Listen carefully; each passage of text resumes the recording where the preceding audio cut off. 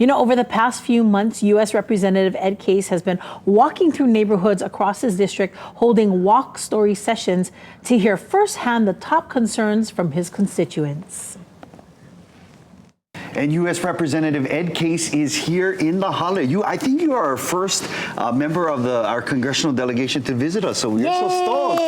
Morning, aloha. I'm always happy to be the first member of the delegation to do anything, but don't tell the others. They're going to get jealous. Yeah. You're just on your phone going ring all the time. Huh? I wanted to ask you, how much time do you spend in D.C. versus Hawaii? So, I actually added this up. I took 1 year and added it up day by day because people always ask me that question. And it's about 6 to 7 months a year is in D.C. or somewhere else in the world. About 4 to 5 months a year home and 1 month on a plane. Wow. And 1 month on traveling. Yeah, it's like the 1 travel. month of my life is just on a plane.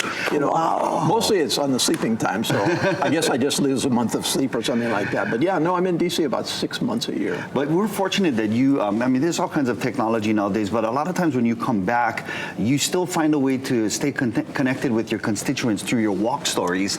Talk about that for a little bit. I do talk stories, so talk story community meetings. I've done like hundreds of them during my time in Congress. But this time I felt like, you know what? I'm just going to split. I'm going to cancel all my meetings, get out of my office, and instead of having people come to me, I'm going to go where they are, where they live, work, and play. And so I just started walking my neighborhoods. And so I call it Walk Story. One of your conversations got postponed, right? You had a talk story session that was scheduled for July 29th, but you ended up postponing that because of the tsunami warning. Yeah, absolutely. I was really looking forward to that. It was 6 o'clock, 6 p.m. And I found out about the tsunami at about 3:15, I think it was. And so we had to make a quick decision, and it was an easy decision. No way I was going to do that in the middle of a tsunami warning. I needed to be doing some other stuff to help out my constituents. But that's also because you've lived through a tsunami, right? I understand it was a 1960 Hilo Tsunami. You're a Hilo boy. Yeah. Can you take us back to that time? Yeah, sure. Born and raised in Hilo, we lived down by the water, and my school, Waikeakai Elementary School, was down by the water. And in those days, we didn't have all this sophisticated scientific stuff to tell us whether a tsunami was actually coming across the ocean. If you had a big earthquake anywhere in the Pacific Rim, right, on the ocean, like places like Alaska and Chile and Japan, you assumed a tsunami was coming. Mm-hmm. You didn't know whether a tsunami was going to show up or not, and so you would evacuate right away. So we would evacuate regularly in Hilo because Hilo has a particular configuration that focuses the tsunamis right down into the middle of Hilo. So it's really susceptible to tsunami, and it got a really bad tsunami in 1946, for example. Anyway, so we evacuate. My parents were really careful. They always evacuated, never took a chance.